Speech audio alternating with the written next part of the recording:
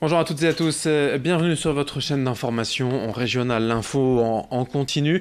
On va s'intéresser de près aujourd'hui à l'air que nous respirons tous dans la région, dans le Nord et le Pas-de-Calais, et puisque la pollution c'est devenu finalement une donnée récurrente. On a régulièrement des pics de pollution aux particules fines dans la région, que ce soit dans la métropole lilloise, le bassin de population peut-être le plus pollué, mais aussi ailleurs à Dunkerque ou Saint-Omer et même près du littoral. Pour en parler avec nous durant les 7 prochaines minutes, Jérémy Crépel, secrétaire régional d'Europe Écologie Les Verts Nord-Pas-de-Calais. Bonjour. Bonjour. Merci d'avoir répondu à notre invitation. Merci à vous.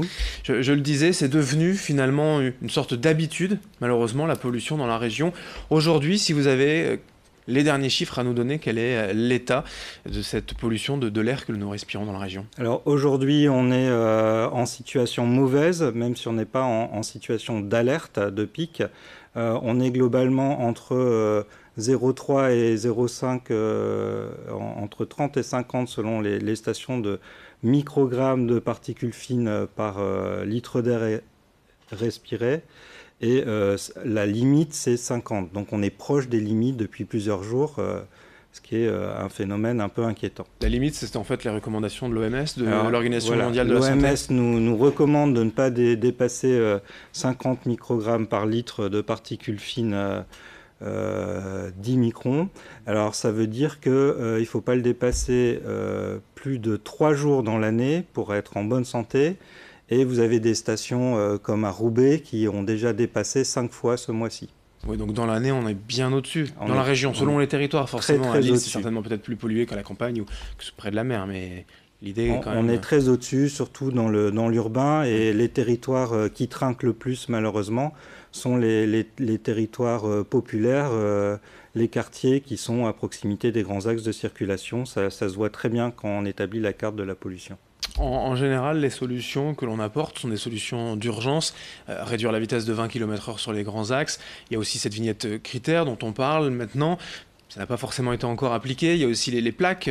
On voit à Paris, les numéros pairs seulement peuvent circuler. Tout cela, c'est efficace tout de même. C'est le minimum, mais c'est quand même efficace. La réduction de la vitesse, ça n'est pas assez efficace. Nous, ce qu'on souhaiterait, c'est que le préfet mette en place la circulation différenciée dès la première alerte pour éviter justement qu'on multiplie les pics de pollution, puisque les recommandations de l'OMS, je répète, c'est de ne pas dépasser 3 pics par an.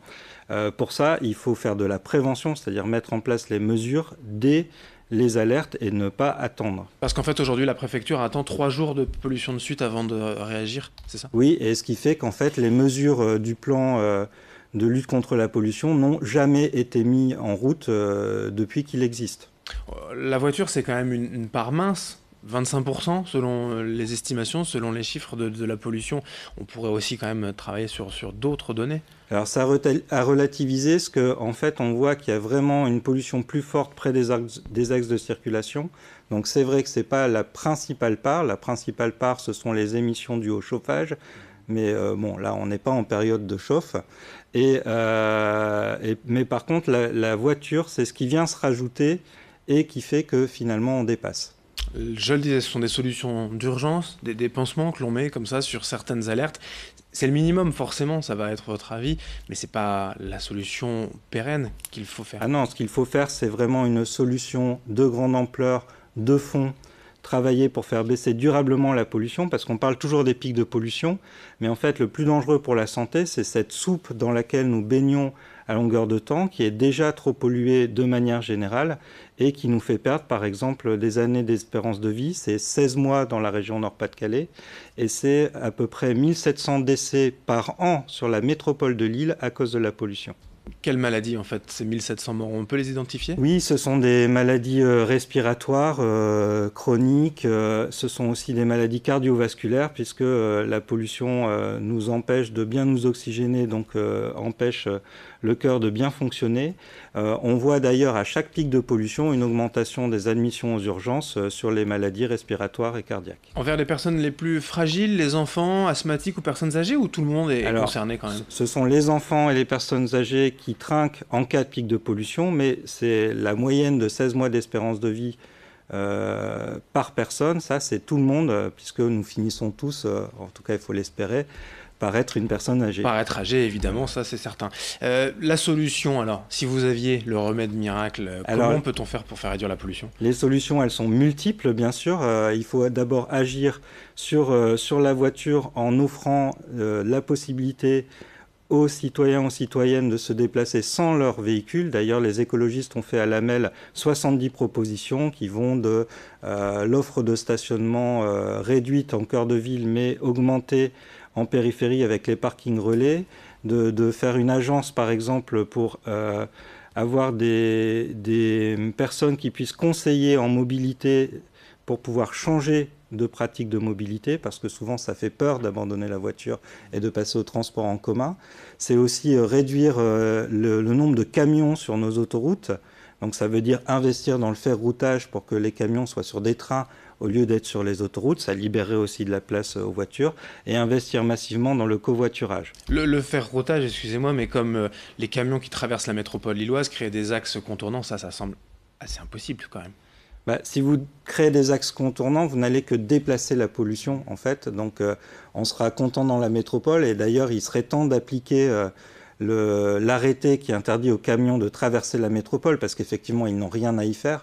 Mais en vrai, ça déplace un peu le problème, mais la pollution des Hauts-de-France restera la même si on ne passe pas au ferroutage. Et pour ce qui est du ferroutage aussi, j'allais y venir, ça fait plusieurs années qu'on entend parler. Il n'y a pas l'once d'une volonté de passer au ferroutage tout de même. Alors malheureusement, il y avait eu des plans de transport européen par train, et là il y a vraiment, c'est une solution qui doit être mise en place au niveau européen, mais c'est aussi le gouvernement français précédent qui a abandonné les crédits pour le mettre en place, et qui a aussi abandonné les portiques, la taxe carbone, pour pouvoir financer les besoins d'infrastructures pour se passer de la voiture.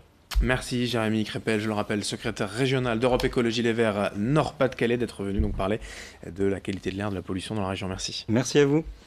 Et merci à vous de nous avoir suivis. Dans un instant, l'information continue, vos prévisions météo, et dès le prochain quart d'heure, bien sûr, un nouveau point sur l'actualité de la région. Très belle journée à toutes et à tous.